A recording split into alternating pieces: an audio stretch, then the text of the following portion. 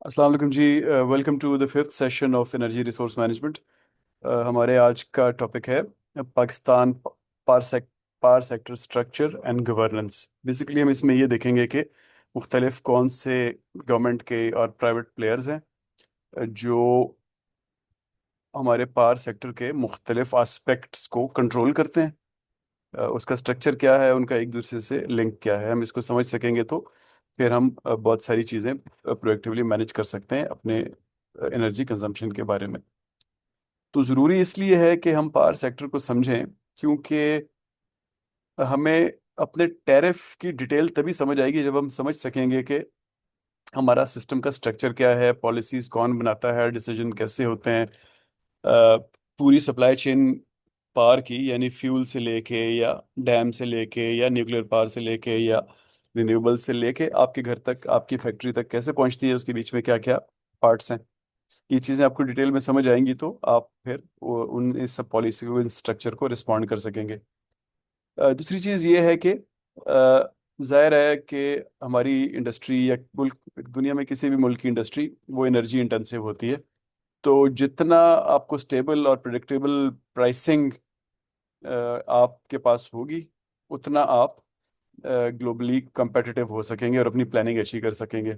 तो आप जब इस पावर सेक्टर को समझेंगे, आपको इसके प्रॉब्लम्स भी समझ आएंगे और आप फिर उसके किसी नतीजे की तरफ जा सकते हैं, बेहतरी की तरफ जा सकते हैं।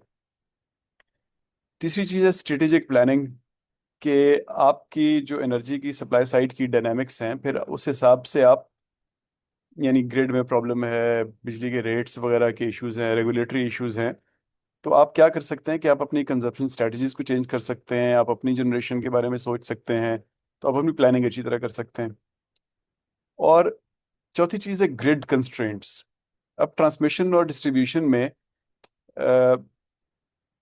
कुछ हमारे पाकिस्तान में स्पेसिफिकली कुछ ऐसे इश्यूज हैं जिसकी वजह से आपको, यानी इंडस्ट्री को प्रॉब्लम होती है। उनके अंदर कुछ ऐसी इनएफिशिएंसीज हैं, कुछ ऐसे मेंटेनेंस के इश्यूज हैं जो अभी हम थोड़ी देर में देखेंगे। तो इनको आप जितना समझेंगे उतना अच्छा फिर आप अपनी प्लानिंग कर सकेंगे।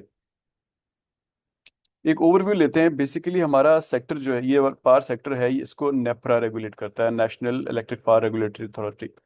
और इसमें बहुत सारी पब्लिक प्राइवेट पार्टिसिपेशन है, जिस अभी हम थोड़ी देर में देखेंगे कौन कौन लोग हैं इसमें। लेकिन ये बात श्योर है कि जो फाइनेंशियल फ्लोज हैं, यानी आप जो पैसे देते हैं अपने डिस्को को, डिस्को फिर पीछे जेनकोस को, अभी हम एक डायग्राम देखेंगे उसमें हमें समझ आ जाएगी, तो वो हैविली इन्फ्लुएंस्ड है फ्यूल प्राइसेस से। जो जो फ्यूल प्राइसेस फ्लक्चुएट होती रहती हैं, ये चीज़ भी फ्लक्चुएट होती रहती है। पॉलिसी डिसीजंस इन्फ्लुएंस होते हैं, इसी इन्फ्लुएंस करते हैं आपके फाइनेंशियल फ्लोज को। और रिकवरी मैकेनिज्म इसमें बड़े इंपॉर्टेंट होते हैं कि अगर हर जगह से सही रिकवरी हो रही है तो सर्कुलर डेट नहीं होता है। सर्कुलर डेट नहीं होता है तो पावर कम रेट पे प्रोड्यूस हो सकती है, लेकिन सर्कुलर डेट है और हम देखेंगे वो क्यों है। या तीन मेन प्लेयर्स होते हैं। एक वो लोग जो बिजली बना रहे होते हैं, यानी जनरेशन साइड, ये वो पावर प्लांट्स होते हैं जो फ्यूल सोर्सेज को इलेक्ट्रिकल एनर्जी में कन्वर्ट करते हैं मुख्तलिफ टेक्नोलॉजीज से, मुख्तलिफ ओनरशिप मॉडल से, और ट्रांसमिशन वालों को देते हैं। ट्रांसमिशन वाले वो लोग हैं जिन जो नेशनल ग्रिड को देखते हैं। नेशनल ग्रिड एक एक खंभों और तारों का एक नेटवर्क है पूरे पाकिस्तान के अक्रॉस, जो कि बिजली जहाँ से प्रोड्यूस होती है वहाँ से लेके कम से कम लॉसेस के साथ उसका काम होता है कि पहुंचाए कंज्यूमर तक थ्रू डिस्ट्रीब्यूशन नेटवर्क्स। और डिस्ट्रीब्यूशन नेटवर्क्स कौन होते हैं? जो कि ग्रिड से लेके आपकी फैक्ट्री तक बिजली पहुंचाते हैं। यानी इनको कह लें कि एक माइक्रो सी ग्रिड होती है। यानी उधर आप 11,000 kVA पे या 5,000 kVA पे, जो भी मुख्तलिफ मुल्कों में मुख्तलिफ ग्रिड्स हैं, तो ग्रिड हाई वोल्टेज पे चल रही होती है। वहाँ से जब आप स्टेप डाउन करते हैं ट्रांसफार्मर्स के थ्रू और ग्रिड स्टेशंस के थ्रू, बिजली को आगे फिर मुख्तलिफ जगहों तक पहुँचाते हैं, वो डिस्ट्रीब्यूशन वाले करते हैं। फिर डिस्ट्रीब्यूशन वाले आपसे पैसे भी लेते हैं, वो पैसे फिर वापस गवर्नमेंट को देते हैं या ट्रांसमिशन वालों को देते हैं, एंड सो ऑन। इसी तरह आपके जो डेली इश्यूज होते हैं उसको, यानी आपके मीटर को देखना, आपके कनेक्शंस को देखना, आपकी केबलिंग को देखना, वो भी डिस्ट्रीब्यूशन वाले देखते हैं। तो तीन बेसिकली मेन प्लेयर्स होते हैं, एक जनरेशन साइड के ऑर्गेनाइजेशंस या लोग, एक ट्रांसमिशन साइड के और डिस्ट्रीब्यूशन साइड के। इस लैंडस्केप में अब फिर मुख्तलिफ चीज़ें जो आपके जहन में होनी चाहिए। सबसे पहले जेनकोज ये जनरेशन कंपनीज जो हैं ये सारी पाकिस्तान में पब्लिक सेक्टर कंपनीज हैं। चार जेनकोज हैं इस वक्त हमारे पास, हम थोड़ी डिटेल में देखते हैं। जो कि इनके पास गवर्नमेंट ओन्ड पावर प्लांट्स हैं, जिसमें थर्मल भी है यानी बिजली से, और कोयले से और गैस से चलने वाले। हाइड्रो भी हैं यानी डैम से जो बिजली बनती है, और न्यूक्लियर फैसिलिटीज भी हैं, कैनप 1 कैनप 2 और चशनप के प्लांट्स। फिर आईपीपीज हैं। आईपीपीज वो हैं जो कि इनके साथ गवर्नमेंट के या नेपरा के पावर परचेज एग्रीमेंट्स हुए हुए हैं, और ये बाहर से बेसिकली इन्वेस्टमेंट लाते हैं और मुख्तलिफ जगहों पे आपकी ग्रिड में बिजली विलीन करते हैं या ट्रांसपोर्ट करते हैं, आपके ग्रिड में बिजली पहुंचाते हैं। ज़ाहिर आईपीपीज की ज़रूरत तब होती है जब जेनकोज सारी डिमांड को मीट नहीं कर सकती। फिर फ्यूल मिक्स एक इंपॉर्टेंट चीज़ होती है जनरेशन लैंडस्केप में, यानी पाकिस्तान में इस वक्त जो फ्यूल मिक्स है, जो हमने अपने पहले सेशन में देखा था, एक इकोनॉमिक सर्वे ऑफ पाकिस्तान के कुछ टेबल्स देखे थे हमने। तो पाकिस्तान जो है पानी से भी बिजली बनाता है यानी डैम्स के थ्रू या run of the river projects के थ्रू, नेचुरल गैस से भी बनाता है, एलएनजी और एलएनजी से भी बनाता है, कोयले से भी बनाता है, न्यूक्लियर से भी बनाता है, और रिन्यूएबल्स भी यानी सोलर और विंड और बगास के या बायोमास के प्लांट्स भी पाकिस्तान में लगे हुए हैं।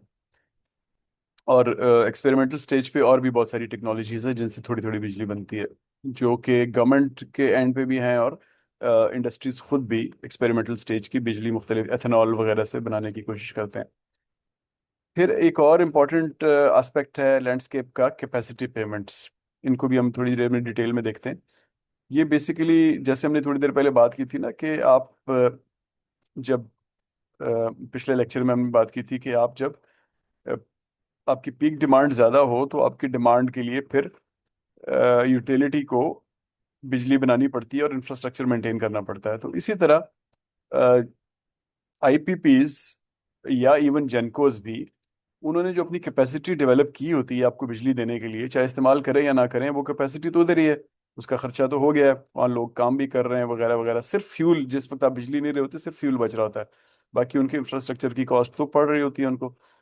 तो उस चीज़ को कैपेसिटी पेमेंट्स कहते हैं कि आप उनको ना सिर्फ बिजली के पैसे देते हैं बल्कि उस कैपेसिटी के भी पैसे देते हैं जिन्होंने आपके लिए मेंटेन करके रखी हुई है, यानी आप उनके प्लांट की availability regardless of the output. तो उससे फाइनेंशियल ऑब्लिगेशंस बनती हैं, बेशक आपकी डिमांड हो या ना हो। और फाइनली फ्यूल डिपेंडेंसी, यानी हमारी एनर्जी के लैंडस्केप में रिलायंस है बहुत ज़्यादा इम्पोर्टेड ऑयल पे और गैस पे, यानी आरएलएनजी पे भी और गैस पे भी।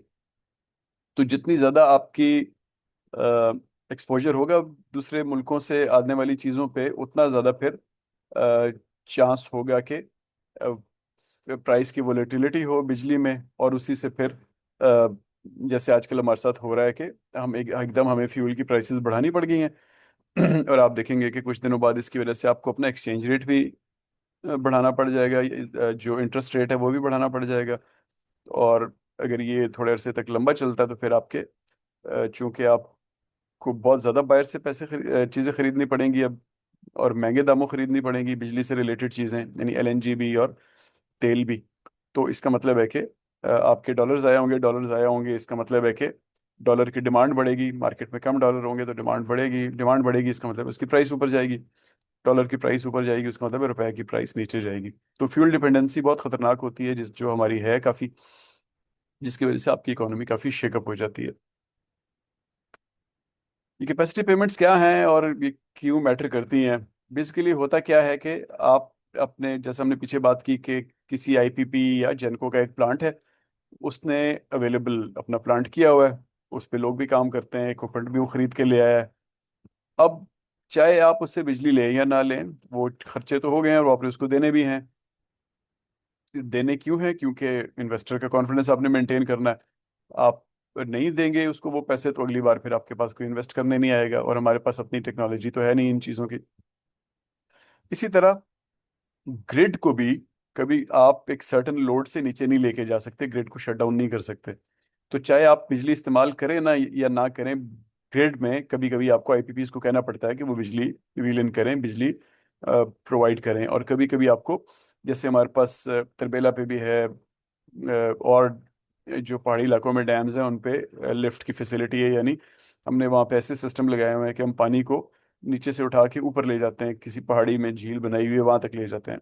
और फिर बाद में जब तो इससे क्या होता है कि बिजली इस्तेमाल हो जाती है। बाद में क्या होता है कि जब हमें ज़्यादा बिजली चाहिए होती है तो हम ऊपर से उसी पानी को नीचे लाते हैं, और वो टरबाइंस को चला देता है। पहाड़ से नीचे लेके आते हैं तो वो टरबाइंस को चलाता है और वही बिजली जनरेट कर देते हैं। तो इससे होता क्या है कि आईपीपीज को गारंटीड रिटर्न्स होते हैं, यानी वो जो इन्वेस्टर्स होते हैं वो उनको पैसे मिलते रहते हैं। जैसा कि अभी भी हमारे पास कुछ आईपीपीज हैं जो 2027 तक हमने उनको पैसे देने। बिजली हम उनकी नहीं खरीद रहे क्योंकि हमारी डिमांड ही नहीं है। हमें रिजर्व कैपेसिटी पीक डिमांड के लिए ऑब्वियसली है कि हम उनको जब कहें उन पे मैंडेटरी है कि वो बिजली बनाएंगे और हमें देंगे। और आपका रिस्क जो होता है बेसिकली वो जनरेटर से कंज्यूमर पे शिफ्ट हो जाता है कि अगर कोई प्रॉब्लम हो गई तो पैसे कौन देगा। तो वो आईपीपीज कहते हैं कि हम तो नहीं देंगे, हम ये आपका प्रॉब्लम है, हमने पैसे लगाए हैं, हमें रिटर्न चाहिए। और विच इज़ एक फेयर बात है बिल्कुल। आप रिस्क उनको नहीं दे सकते, उनको ऑलरेडी फाइनेंशियल रिस्क है या मार्केट के रिस्क ऑलरेडी मौजूद है उनके पास। इसका इम्पैक्ट क्या होता है कि इससे एक बड़ी फिक्स्ड कॉस्ट का बर्डन जनरेट हो जाता है पूरे सिस्टम पे। और जो बेसिकली फ्लो इन करता है, एक साइकिल में जाता है पूरी सप्लाई चेन में। और एक फाइनेंशियल इंस्टेबिलिटी आती है उसमें। जैसे आपने देखा है कि अब हमारी आईपीपीज की पेमेंट्स पिछले कुछ अरसे में हमारे रेवेन्यू का एक बहुत बड़ा हिस्सा बन गई थी। इनफैक्ट वो इंटरेस्ट पेमेंट के बाद सबसे बड़ी पेमेंट्स बन गई थी पाकिस्तान के बजट में से। तो इससे आपका सर्कुलर डेट का बर्डन बढ़ता है। देखेंगे हम थोड़ी देर में सर्कुलर डेट होता क्या है। इसमें आपकी फ्लेक्सिबिलिटी कम हो जाती है लोड डिमांड में अगर आप कैपेसिटी पेमेंट ना कर सकें, क्योंकि वो फिर कैपेसिटी को डाइल्यूट कर देते हैं जिनके पास कैपेसिटी होती है। या फिर आपके पास फ्लेक्सिबिलिटी नहीं रहती कि लोड डिमांड में अ, अ, उनसे बिजली लेके ग्रिड को लाइव रख सकें। और अ, फिर जो टैरिफ रैशनलाइजेशन होती है, यानी एक ऐसा टाइम था, आपको पता है पाकिस्तान में, कि जब दुनिया में फ्यूल बहुत सस्ता था हम फिर भी बिजली सस्ती नहीं कर सके। जो अभी कुछ अर्सा पहले तक जो था, उसकी वजह ये थी कि हमने कैपेसिटी पेमेंट्स करनी थी बहुत सारी। अगली चीज़ है जी नेशनल ग्रिड ट्रांसमिशन, यानी वहाँ उन लोगों ने बिजली बना दी जिनके हम पीछे बात कर रहे थे, उन्होंने ग्रिड को दे दी। अब ग्रिड को पाकिस्तान में, ये आप लेफ्ट साइड पे नीचे वाली तस्वीर देखें तो ये जो पिंक कलर की लाइनें लगी हुई हैं, नेशनल ग्रिड है हमारी। यानी मुख्तलिफ जगहों पे बिजली जनरेट हो रही है, वो इस ग्रिड में आती है और ग्रिड से फिर वो मुख्तलिफ जगहों पे ट्रांसमिट होती है। तो आप देखेंगे कि बलूचिस्तान में ग्रिड कम है। अब कराची में एक्सटेंसिव ग्रिड है, उसमें छोटे छोटे डॉट्स आपको नजर आ रहे हैं वहाँ पे।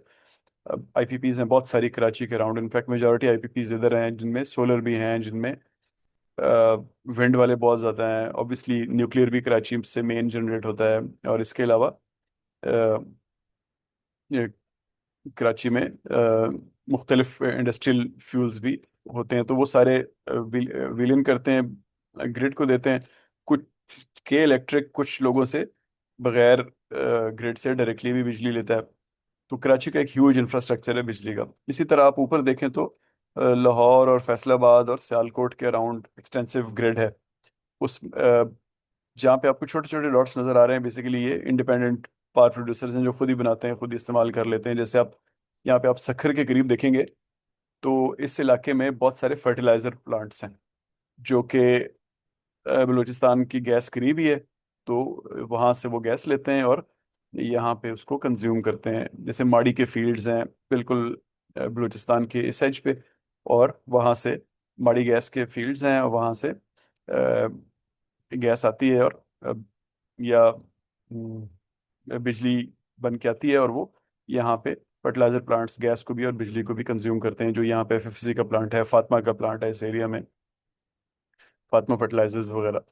तो ये हर लाइन का एक अलग मतलब है। जैसे आप देखें, आपको यहाँ पे एक केपी में फाटा का एक अलग से सिस्टम नजर आएगा, जो अर्स्टवाइल फाटा था उनको वो जो बिजली देते हैं। इसी तरह गवादर के लिए आपको नजर आ रहा होगा कि पसनी से लेके गवादर तरह आपको एक छोटी सी ग्रिड नजर आ रही होगी। इससे ऊपर देखें तो आपको तुर्बत के अराउंड एक ग्रिड नजर आ रही होगी, लोकल ग्रिड, लेकिन वो नेशनल ग्रिड से कनेक्टेड नहीं है। इस तरह क्वेटा के अराउंड आपको ग्रिड नजर आ रही होगी। इस तरह ऊपर आप जीबी के एरिया में देखें तो वहां पे आपको एक अलग ग्रिड नजर आ रही होगी। तो एनटीडीसी या national transmission and distribution company, sorry dispatch company, ये बेसिकली पाकिस्तान की इलेक्ट्रिसिटी की बैकबोन को मैनेज करती है through centralised dispatch and grid control. यानी एनटीडीसी एक ये एक इलेक्ट्रिसिटी मैनेजमेंट एक बहुत एडवांस सब्जेक्ट है, जिसमें आपने इंश्योर करना होता है कि आपकी ग्रिड हर वक्त लाइव भी रहे, चाहे लोग इस्तेमाल कर रहे हैं या नहीं कर रहे हैं। मुख्तलिफ जगहों पे आपको मुख्तलिफ वोल्टेजेस मेंटेन करनी पड़ती हैं। कुछ स्पेशलिस्ट इंडस्ट्रीज होती हैं या गवर्नमेंट की ऑर्गेनाइजेशंस होती हैं, उनको स्पेशल वोल्टेजेस या स्पेशल करंट्स चाहिए होते हैं, वो आपने मेंटेन करने होते हैं। तो ये एक बड़ा कॉम्प्लेक्स ऑपरेशन होता है, जिसमें ग्रिड इटसेल्फ भी जो हाई वोल्टेज पे होती है, और फिर ग्रिड से जब आप बिजली देते हैं तो फिर आपके यानी इन लोगों के एनटीडीसी वालों के एक अपना ट्रांसफॉर्मिंग स्टेशन होता है, वहां तक उसको लेके जाना, वहां से आगे फिर वो डिस्कोस को ट्रांसमिट हो जाती है, इंडस्ट्रीज को डायरेक्टली ट्रांसमिट हो जाती है। आपका एक हाई वोल्टेज का इंफ्रास्ट्रक्चर है, 220 और 500 केवीए के कॉरिडोर्स हैं, जो कि मुख्तलिफ लोड सेंटर्स को एनर्जी के जनरेशन सोर्सेज से कनेक्ट करते हैं, यानी इस्तेमाल करने वालों को बनाने वालों से कनेक्ट करते हैं। जो आप ये बड़े वाले खंभे देखते हैं, जो राइट साइड पे लेफ्ट साइड पे ऊपर वाली तस्वीर है, ये मोटी वाली लाइन है जो आप नीचे वाली तस्वीर में देख रहे हैं। और फिर जो छोटे खंभे होते हैं जो 220 वाले होते हैं, वो आपने देखे होंगे, आपके घरों के अराउंड लगे होते हैं, जो शहरों में नजर आते हैं आमतौर पे। तो 220 की वो वाली एक माइक्रो ग्रिड्स होती हैं, और मेन ग्रिड जो होती है ये बड़े खंभों वाली 550 या अ, उससे भी ज़्यादा के हाई वोल्टेज ट्रांसमिशन सिस्टम्स होते हैं। अ, फिर ग्रिड में मुख्तलिफ बॉटलनेक्स होते हैं, फिजिकल बॉटलनेक्स भी होते हैं और ऑपरेशनल कंस्ट्रेंट्स भी होते हैं, जो कि पावर फ्लो को कंस्ट्रेन करते हैं। इससे कंजेशन कभी हो जाती है आपको। अ, आप रिन्यूएबल से बिजली नहीं ले सकते। अ, इसकी रीजंस क्या होती हैं? नॉर्मली इसकी रीजंस होती हैं आपकी ग्रिड की एज बहुत पुरानी होगी। बहुत सी जगहों पे आपको पता है कि ये तारें जो हाई वोल्टेज की तारें होती हैं, ये बहुत महंगी होती हैं। पर ये जो आप तस्वीर देख रहे हैं लेफ्ट साइड पे नीचे, इसको आप रिप्लेस करना शुरू करें तो ये it is tens of billions of dollars. बहुत खंबे रिप्लेस करना शुरू करें तो ये बहुत लंबा खर्चा है। यानी पाकिस्तान इस वक्त पिछले 15-20 साल में अफोर्ड नहीं कर पाया कि अपनी ग्रिड को कि किसी पार्ट को भी अच्छी तरह रिप्लेस कर सके। आगे भी बहुत मुश्किल है। तो ग्रिड की इनएफिशिएंसीज हैं जो कि और बॉटलनेक्स हैं, जिसकी वजह से ट्रांसमिशन मुश्किल होती है, और फिर शटडाउन्स हो जाते हैं, ब्राउनआउट्स हो जाते हैं, या ब्लैकआउट्स हो जाते हैं। इसी तरह ग्रिड का एक और इम्पॉर्टेंट एस्पेक्ट होता है रिन्यूएबल की इंटीग्रेशन। यानी कि अब हमारे मुल्क में बहुत सी जगहों पे रिन्यूएबल्स लग लग गए हैं। जैसा हमने पहले सेशन में देखा था कि सिर्फ घरों की छतों पे 4-4.5 हजार से ज़्यादा मेगावाट के 1000 मेगावाट के प्लांट्स लगाए हुए हैं लोगों ने सोलर के। तो अब उसकी वजह से ग्रिड को बहुत असर पड़ता है, क्योंकि लोग अब ग्रिड से बिजली नहीं लेते। इसका मतलब है ग्रिड अंडरलोडेड रहती है तो मजीद ख़राब होती है। तो मजीद मेंटेनेंस के खर्चे आते हैं, तो अल्टीमेटली फिर कंज्यूमर ही बेयर करता है ऑब्वियसली ये वाले खर्चे, मुख्तलिफ तरीकों से, क्वार्टरली एडजस्टमेंट या और मुख्तलिफ चार्जेस के थ्रू। तो दूसरा चैलेंज ये होता है रिन्यूएबल्स के साथ कि रिन्यूएबल्स की जो सप्लाई है ग्रिड को, वो कांस्टेंट नहीं होती। जैसे बिजली सोलर से जो बनती है वो दिन में बनती है, रात में नहीं बनती। तो इस सेंस में वो ग्रिड के लिए रिलायबल नहीं है। आप दिन को तो उससे ले लेंगे, आपको ये भी नहीं पता आप ले लेंगे कि नहीं, क्योंकि जो कंज्यूमर है पता नहीं वो कितनी इस्तेमाल करता है, कितनी आपको देता है। इस तरह विंड से भी जो एनर्जी बनती है वो उस वक्त तक अवेलेबल होती है जब तक विंड है, नहीं तो वो बंद हो जाती है। तो ये एक चैलेंज ग्रिड को रहता है हमेशा। और इन दोनों से यानी रिन्यूएबल से बिजली लेने के लिए ग्रिड डायरेक्टली बिजली ले भी नहीं सकती, क्योंकि मुख्तलिफ वोल्टेजेस पे जनरेट कर रहे होते हैं। तो फिर आपको ग्रिड में छोटी छोटी अपग्रेडेशन करनी पड़ती है, उसके खर्चे आते हैं। फिर हो सकता है कि आपको स्टोरेज करनी पड़े कहीं पे, जैसा हमने पीछे बात की। डैम्स जो है पहाड़ पे ले जाते हैं पानी बिजली को स्टोर करने के लिए। बिजली ऑब्वियसली स्टोर नहीं होती, लेकिन इस सेंस में स्टोर होती है कि अब पानी जब वापस नीचे गिरेगा तो दोबारा बिजली बन जाएगी। इसी तरह आपको डिस्पैच में भी एक फ्लेक्सिबिलिटी चाहिए होती है। हो सकता है एक वक्त में आपसे इंडस्ट्री बिजली ले रही है या घर ले रहे हैं, एक वक्त में नहीं ले रहे। तो कांस्टेंट डिमांड भी नहीं होती रिन्यूएबल के केस में, कांस्टेंट सप्लाई भी नहीं होती। तो ग्रिड को फिर मैनेज करना एक चैलेंज होता है एनटीडीसी के लिए इस हेल्थ में, इसकी प्रेजेंट हेल्थ में। अभी पाकिस्तान में डिस्कोज हैं बहुत सारी। तो पहले ये लेफ्ट वाली तस्वीर को देख लें, तो इसमें आप देखें तो सबसे पहले लिखा हुआ है वापडा। वापडा जो है इस वक्त सिर्फ हाइडल तक ऑब्वियसली महदूद हो गया है। पहले जेनकोस भी वापडा में थी। ये सब पूरा सब कुछ ही जो आपको नजर आ रहा है सब कुछ ही वापडा में था, लेफ्ट साइड वाली तस्वीर में। अब वापडा जो है हाइडल को देखता है। जेनकोस अलग हो गए हैं, जनरेशन कंपनीज, 4 जनरेशन कंपनीज है पाकिस्तान में। इनके नीचे नाम लिखे हुए हैं, जामशोरो, गुद्दू, मुजफ्फरगढ़, लाखड़ा। लेकिन ये जो टू है इसको कभी कभी किसी जगह पे आपको लिखा हुआ नजर आएगा कि सेंट्रल जेन को भी कहते हैं इसको। जो 3 है इसको नॉर्दर्न जेन को भी कहते हैं। तो ये मुख्तलिफ जेनकोज हैं जो पाकिस्तान में मुख्तलिफ जगह जगह पे हैं, और ये बिजली बनाती हैं। इनकी खास बात यह है कि गवर्नमेंट की ऑर्गेनाइजेशन है, गवर्नमेंट ओन्ड है, गवर्नमेंट ऑपरेटेड है। जो आईपीपीज हैं वो ऑब्वियसली इंडिपेंडेंट पावर प्रोड्यूसर्स हैं, जिनमें आपने बहुत सारे नाम सुने होंगे कि निशात चूनिया एक बहुत बड़ा प्लांट है, हपको का बहुत बड़ा प्लांट था, इस तरह और भी लारैब और बहुत सारी कंपनीज हैं जिनका आपने सुना होगा, जो मुख्तलिफ सोर्सेज से बिजली बनाते थे और गवर्नमेंट को देते थे। हपको हपको के साथ कॉन्ट्रैक्ट टर्मिनेट हो गया है, लेकिन बाकियों के साथ अभी भी है, उनके अपने टाइम बचते हैं। अभी हपको ने वॉलंटरली टर्मिनेट किया, उनका टाइम था ऑलरेडी, यानी टाइम उनके पास बाकी था। ये लोग फ्यूल से भी बनाते हैं बिजली, सोलर से भी बनाते हैं, विंड से भी बनाते हैं, वगैरह वगैरह। ये तीनों लोग जो हैं ये आपकी ट्रांसमिशन कंपनी, जो हमारी ट्रांसमिशन डिस्पैच कंपनी एनटीडीसी, उसको बिजली देते हैं। और एनटीडीसी जो है वो डिस्कोस को या डिस्ट्रीब्यूशन कंपनीज को बिजली देती है। पाकिस्तान में इस वक्त 10 डिस्कोस हैं। एक प्राइवेटाइज तकरीबन हो गई है, कभी बाकी 2 से 3 के भी ऑलरेडी प्रोसेस में है। कुछ अरसे में शायद वो भी प्राइवेटाइज हो जाए। के इलेक्ट्रिक थोड़ा डिफरेंट है कि ये मैंने आपको बताया आईपीपी से। अब आईपीपी एक बड़ी ब्रॉड टर्म है ना, इंडिपेंडेंट पावर प्रोड्यूसर्स, वो कोई इंडस्ट्री भी हो सकती है, वो एक अलग से प्लांट भी हो सकता है। केई के खुद अपने कुछ कंपोनेंट्स हैं जो आईपीपीज हैं के इलेक्ट्रिक के। इसी तरह इस डायग्राम के हिसाब से देखें तो जो न्यूक्लियर पावर प्लांट्स हैं उनको भी आईपीपीज में शामिल किया है हमने। लेकिन कभी कुछ आपको ऐसा सेट भी शायद कहीं पे डॉक्यूमेंट मिले या तस्वीर मिले जिसमें उनको अलग से दिखाया हो न्यूक्लियर पावर प्लांट्स को। तो ये कराची इलेक्ट्रिक जो है कैनप से यानी न्यूक्लियर बिजली भी लेता है, आईपी मुख्तलिफ आईपीपी से बिजली भी देता है, खुद भी जनरेट करता है, और एनटीडीसी से भी लेता है। के इलेक्ट्रिक एक बड़ा कंज्यूमर है। के इलेक्ट्रिक की कंजम्पशन किसी और डिस्को की इसके करीब भी नहीं है, बहुत ज़्यादा है के इलेक्ट्रिक की, इसलिए इसको अलग से दिखाया हुआ है। फिर इसकी रेगुलेशन भी अलग है, यानी नेपरा इसको एक अलग से नॉर्मल डिस्कोस की तरह ट्रीट नहीं करती, बल्कि अलग से ट्रीट करती है। इसके रेट्स भी अमूमन अलग होते हैं। के में जनरली रेजिडेंशियल रेट्स थोड़े ज़्यादा होते हैं बाकी पाकिस्तान से, क्योंकि बिजली की डिमांड बहुत ज़्यादा है। जो जहाँ डिमांड ज़्यादा होती है वहाँ चीज़ महंगी होती है। इंडस्ट्रियल जो है वो कभी कभी कभी बेहतर होती है बाकी जगहों से, क्योंकि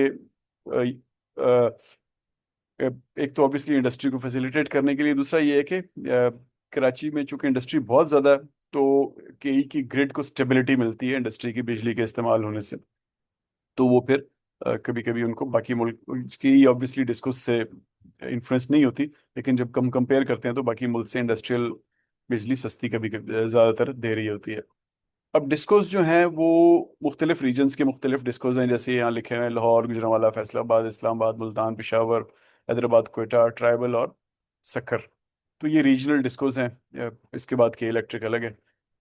ये इनकी अपनी अपनी टेरिटरीज हैं, ज़ाहिर है उसी में डिस्ट्रीब्यूशन करती हैं, उसमें लोकल नेटवर्क्स को मैनेज करती हैं और कनेक्शंस को मैनेज करती हैं, सर्विस देती हैं आपको, और आपसे बिल लेती हैं वापस, और वो बिल वापस सिस्टम में जाते हैं।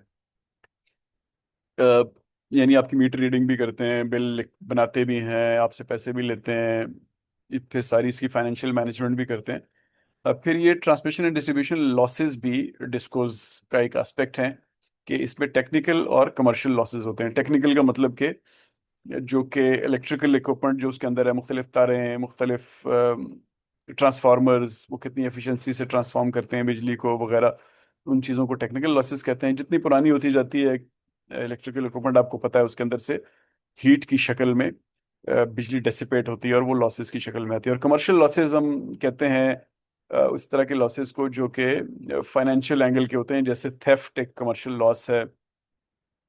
इस तरह बिल्कुल कंज्यूमर एंड पे लीकेजेस हो जाएं, वो कमर्शियल लॉस होते हैं, वगैरह वगैरह। ये बाय रीजन बहुत चेंज होते हैं। जैसे यहाँ लिखा हुआ है 8% से लेके 25% तक T&D लॉसेज होते हैं, टेक्निकल और कमर्शियल लॉसेज होते हैं। तो जाहिर है फिर इससे फाइनेंशियल वायबिलिटी खराब हो जाती है। अगर आपने 100 रुपए की बिजली बनाई और 150 की बेची, उसमें से 25 अगर लॉस होगी तो आपका प्रॉफिट एकदम कम हो जाता है। तो आपके ऑपरेटिंग प्रॉफिट्स मजीद कम हो जाते हैं जब बाकी खर्चे आपके सामने आते हैं। तो इससे ना सिर्फ डिस्कोस की फाइनेंशियल वायबिलिटी बल्कि ओवरऑल इलेक्ट्रिकल सिस्टम की फाइनेंशियल वायबिलिटी को प्रॉब्लम होती है। लेकिन जैसा मैंने आपको बताया कि टेक्निकल लॉसेस खत्म करना भी मुश्किल है, क्योंकि उसमें फिर हैवी कैपिटल इन्वेस्टमेंट करनी पड़ती है नई इक्विपमेंट लगाने के लिए। इस तरह कमर्शियल लॉसेस के अपने चैलेंजेस हैं, चोरी या लीकेज वगैरह, क्योंकि वो गरीब लोग होते हैं तो वो उनको इंसेंटिव होता है चोरी करने में, तो मुख्तलिफ तरीके निकालते हैं। फिर जब उनके पास पैसे नहीं होते तो वो इस तरह के काम करने के लिए तरीके निकालते हैं। तो ये एक तरह से कह लें कि सोशल प्रॉब्लम भी है। और आखिर में फाइनेंशियल परफॉर्मेंस, यानी आप जो किसी एक पर्टिकुलर डिस्को की हेल्थ कैसी चल रही है वो रिकवरी रेट पे डिपेंड करती है, क्योंकि उसने फिर जनरेटर्स को पे करना होता है, जेनकोस को, आईपीपीस को। और इसी तरह सर्कुलर डेट से बचना होता है। यानी आप अगर पे नहीं कर सकेंगे तो एक सर्कुलर डेट का एक सिस्टम शुरू हो जाएगा। आप जेनकोस को पैसे नहीं दे सकेंगे। जेनकोस जो है वो जिनसे उन्होंने फ्यूल खरीदा, पीएसओ वगैरह, उनको पैसे नहीं दे सकेंगे। पीएसओ जो है पीछे रिफाइनरी को पैसे नहीं दे सकेगा। रिफाइनरी जो है वो ओजीडीसी या जो भी जहाँ से उसने तेल लिया है, माड़ी से, पीओएल से, पीपीएल से, वो उनको पैसे नहीं दे सकेगी। तो आप जैसे फिर आप देखते हैं कि बहुत सारी ऑर्गेनाइजेशंस होती हैं हमारे, अब डिपेंड करता है कि ये सर्कल कहाँ पे रुकता है ना। लेकिन जनरली ये पीएसओ एंड पीएसओ से पीछे बहुत ज़्यादा इम्पैक्ट आता है इसका। पीएसओ को गवर्नमेंट पे नहीं कर रही होती, जेनको पे नहीं कर रही होती, वो फिर पे नहीं कर पाता ओजीडीसी, माड़ी, पीपीएल, पीओएल को। और आप देखते हैं कि ऑन पेपर तो ओजीडीसी के 250-300 बिलियन प्रॉफिट होते हैं हर साल के। इसी तरह माड़ी के से थोड़े कम होते हैं, बाकियों के जो छोटे हैं ज़ाहिर है उनके कम होते जाते हैं। लेकिन रियल प्रॉफिट्स उनके फिर बहुत कम होते हैं, क्योंकि एक्चुअली उनको कैश नहीं मिला हुआ था। तो वो एक जिसको कहते हैं सर्कुलर डेट, उसके सबसे बड़े नुकसान में ये लोग जा रहे होते हैं। ओवरऑल ज़ाहिर है गवर्नमेंट जा रही होती है। तो ये जो हमारा रेगुलेटरी फ्रेमवर्क है इसको नेपरा देखती है। ये बिल्डिंग आप देख रहे हैं इस्लामाबाद में, कश्मीर हाईवे पे नेपरा की बिल्डिंग है। आपने अब टीवी वगैरह पे देखते होंगे आपके नेपरा ने हियरिंग की और रेट इतना बढ़ा दिया, इतना कम कर दिया। इसी तरह आप जो सोलर का लाइसेंस लेते हैं आप नेपरा से लेते हैं। हर इंडस्ट्री जो है वो इसी तरह जो भी आईपीपी लाइसेंस लेता है वो नेपरा से लेता है। तो national electric power regulatory authority जो है वो बेसिकली एक इंडिपेंडेंट रेगुलेटर है। यानी ये ये इस पे गवर्नमेंट का कंट्रोल नहीं है। इट इज, एटलीस्ट पेपर्स में, it is establish to oversee power sector, balancing multiple stakeholders interests while promoting sector development. यानी इसमें इसको आईपीपीस को भी देखना होता है, जेनकोस को भी देखना होता है, कंज्यूमर्स को भी देखना होता है। जैसे आपने अभी देखा कि हमारे जो सोलर कंज्यूमर्स हैं पहले वो नेट मीटरिंग पे थे, अब वो नेट मीटरिंग ख़त्म हो गई और अब आपको जितने पैसे में आप बिजली खरीदते हैं उससे कई कम पैसों में आप बेच रहे होते हैं। तो उसकी वजह क्या है कि जैसा हमने पीछे डिस्कस किया कि जो ग्रिड के चार्जेस हैं, जो मुख्तलिफ कैपेसिटी पेमेंट्स हैं, जो मुख्तलिफ सर्कुलर डेट के इश्यूज हैं, अब वो अल्टीमेटली कंज्यूमर पे ही आने हैं। वो या फ्यूल प्राइस एडजस्टमेंट में आ जाएंगे, या क्वार्टरली एडजस्टमेंट्स में आ जाएंगे, या डायरेक्टली लीवीज और टैक्सेस में आ जाएंगे, या आपसे बायबैक के रेट्स कम करके आ जाएंगे। तो अल्टीमेटली उसकी किसी ना किसी ने पे करना है। तो नेपरा के बहुत सारे काम होते हैं, जैसे टैरिफ डिटर्मिनेशन, कितना बिजली कितने में बेचेंगे, फ्यूल कॉस्ट एडजस्टमेंट कितनी होगी, क्वार्टरली एडजस्टमेंट कितनी होगी। तो यहाँ पे ये लोग हर जो भी साइकिल होता है हर महीने या हर क्वार्टर ये डिसाइड करते हैं। फिर एक लाइसेंसिंग अथॉरिटी, जैसे मैंने आपको बताया कि ये आपको लाइसेंस देती है कि आप अपने घर के ऊपर सोलर लगा सकते हैं। इसी तरह ही आईपीपीस को लाइसेंस देती है। और मार्केट में नए प्लेयर्स की ज़रूरत है कि नहीं, उस हिसाब से ये फिर मुख्तलिफ ऑर्गेनाइजेशन को लाइसेंस देती है कि वो बिजली बनाएं और ग्रिड में दें। और इसका तीसरा काम जो है वो स्टेक होल्डर बैलेंस है। आपने सुना होगा कि नेपरा में हियरिंग हुई और उसका ये फैसला हुआ कि इलेक्ट्रिक जाके एक रिक्वेस्ट देता है या पिटिशन देता है कि मैंने 2 रुपए बिजली के रेट बढ़ाने हैं। फिर उस पर एक हियरिंग होती है, तमाम स्टेक होल्डर्स आते हैं, अपना पॉइंट ऑफ व्यू देते हैं और नेपरा कोई ना कोई फैसला करता है। तो ये इन एक तरह से मेडिएशन का रोल करते हैं, अदालती रोल होता है एक तरह का, कि इन्वेस्टर्स के रिटर्न्स भी पूरे उनको मिलते रहें, कंज्यूमर्स भी प्रोटेक्ट रहें, और गवर्नमेंट की जो पॉलिसी है वो भी इम्प्लीमेंट हो। सर्कुलर डेट का अब हमने काफ़ी बात कर ली। ये एक उसकी एक डिपिक्शन है कि ये एक सेल्फ रीइंफोर्सिंग फाइनेंशियल क्राइसिस है, यानी ये स्पाइरल होता है। एक बार आ जाए तो वो बढ़ता जाता है, फिर अपने आप को मजीद ख़राब करता जाता है।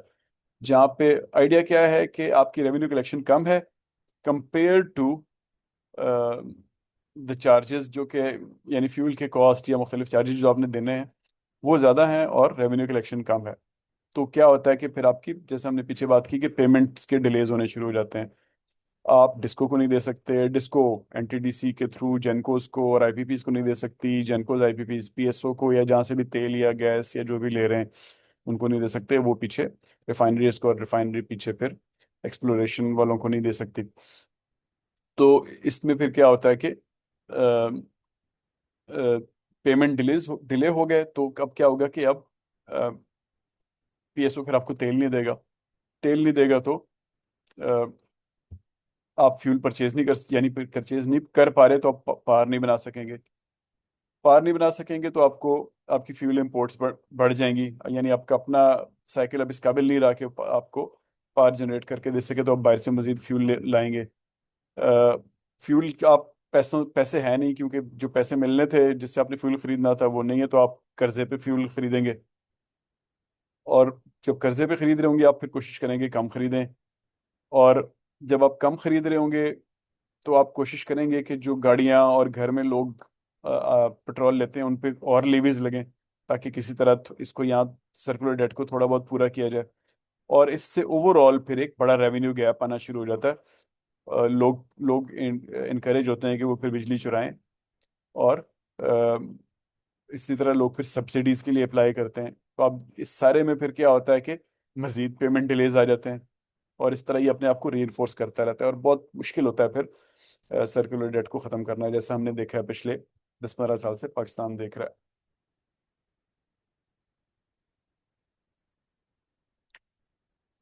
इसमें कुछ इमर्जिंग ट्रेंड्स क्या चल रहे हैं ओवरऑल एनर्जी के स्ट्रक्चर और पॉलिसी के पॉइंट ऑफ व्यू से।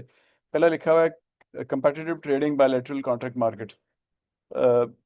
इसमें आइडिया ये है कि आप मार्केट बेस्ड प्राइसिंग करें, जैसा अभी गवर्नमेंट ने किया कि उसने जो ही ऑयल की प्राइस बढ़ी दुनिया में, उन्होंने बिल्कुल जीरो डिले लगाया और सारा के सारा कंज्यूमर को पास ऑन कर दिया अभी कुछ दिन पहले। तो इससे कंज्यूमर को तो नुकसान होता है जाहिर है, लेकिन ओवरऑल इकोनॉमी में सर्कुलर डेट क्रिएट नहीं होता है। तो इस तरह का अब पूरी दुनिया इस पे इस चीज़ को इनकरेज कर रही है कि मार्केट बेस्ड प्राइसिंग हो, जितना आपका पड़ता है वो प्लस एडमिनिस्ट्रेटिव एक्सपेंसेस यानी ग्रेड वगैरह के चार्जेस और दूसरे चार्जेस, वो मिला के उतने ही पैसे सीधा सीधा आप सबसे लें। और चूंकि हम एक सर्कुलर डेट में फंसे हैं तो उसका फैक्टर भी बीच में आ जाएगा। इसी तरह जनरेटर्स और कंज्यूमर जो हैं उनके दरमियान डायरेक्ट कॉन्ट्रैक्ट्स आजकल इन है कि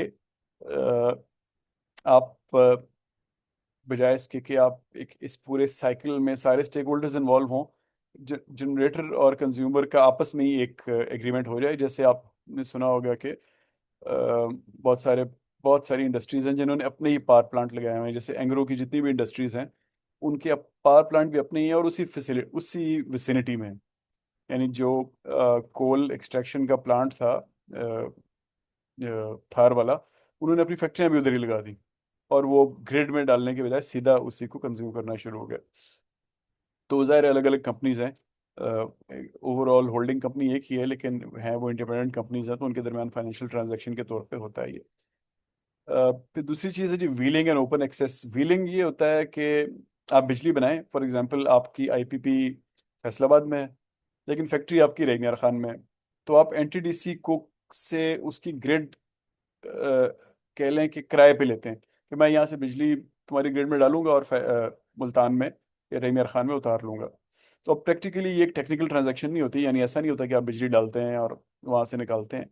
एक फाइनेंशियल ट्रांजैक्शन होती है कि आप उसको कहते हैं मेरे पास 1,000 यूनिट एक्स्ट्रा है, आप ग्रिड में ले लें, और पैसे हम ये ट्रांजैक्शन कर लेते हैं, और फिर उधर ग्रिड में जिसकी मर्जी बिजली हुई, जाहिर है ऐसा थोड़ी होगा कि यही वाले इलेक्ट्रॉन वहाँ पे जाएंगे, तो हम ग्रिड से आपसे वहाँ से वो बिजली फ्री ले लेंगे। तो व्हीलिंग के कॉन्ट्रैक्ट्स आजकल हो रहे हैं काफ़ी ज़्यादा। और ओपन एक्सेस यानी कि कंपटीशन को बढ़ाने के लिए लोगों को आप ये इंडिपेंडेंस दें कि वो जिससे मर्जी बिजली खरीद लें। यानी आप इस्लामाबाद में रह रहे हैं, और सिर्फ ये नहीं है कि आपको आईएस को बिजली दे, बल्कि वहाँ पे 5 6 10 बहुत सारे सप्लायर्स हों, और आप जिसका मर्जी कनेक्शन ले लें। जैसे आप मोबाइल में चाहें तो जैज़ ले लें, चाहे तो जोंग ले लें, या और भी जो भी प्लेयर्स हैं। तो इस तरह का एक ओपन एक्सेस का एक मॉडल बने कि बहुत सारे प्रोड्यूसर्स हों, कॉमन ग्रिड हो, प्रोड्यूसर ग्रिड पे डाले, और उसका एक कंज्यूमर हो जिससे उसका कॉन्ट्रैक्ट हुआ और वो उससे बिजली खरीद ले। ये ट्रेंड्स आजकल चल रहे हैं। फिर रिन्यूएबल एक्सपेंशन का ट्रेंड है कि ज़्यादा से ज़्यादा गवर्नमेंट्स इनकरेज कर रही हैं कि रिन्यूएबल्स लगें, और लोग चूंकि फिर आपको अपनी जनरेशन कम करनी पड़ेगी, लेकिन ऑब्वियसली उसमें फिर एक वो ग्रिड का चैलेंज रहेगा। तो वहाँ पे कई साल तक फिर गवर्नमेंट आपको ज़्यादा चार्ज करती रहेगी ताकि ग्रिड को अपग्रेड करे, लेकिन इवेंचुअली एक टाइम आएगा कि प्राइसेस कम हो जाएंगी। और फाइनली प्राइवेटाइजेशन एंड रिफॉर्म्स, यानी डिस्कोस को प्राइवेटाइज करना। इसी तरह मुख्तलिफ इंस्टीट्यूशंस, जैसे मैंने आपको थोड़ी देर पहले बताया कि वापडा पहले ये सब कुछ हैंडल करता था, लेकिन उसकी इनएफिशिएंसीज इतनी बढ़ गई कि फिर ये चीज़ें आपको अलग अलग करनी पड़ी। तो अब आपके पास बहुत सारी डिस्कोज हैं जो बहुत एफिशिएंट हैं, जो जिनके लॉसेस 8%, ये या 5 से 8% लॉसेस पूरी दुनिया में हर जगह होते हैं। तो पाकिस्तान में इस तरह की नंबर अचीव करना इट्स अ बिग डील। तो कुछ लोगों ने वो अचीव कर लिए हैं। तो इस तरह बहुत सारी मार्केट रिफॉर्म्स हो रही हैं और इमर्जिंग ट्रेंड्स आ रहे हैं। तो ये था जी हमारा आज का सेशन। इंशाल्लाह हम अगले हफ्ते इसको क्वेश्चन एंड आंसर सेशन में डिस्कस करेंगे।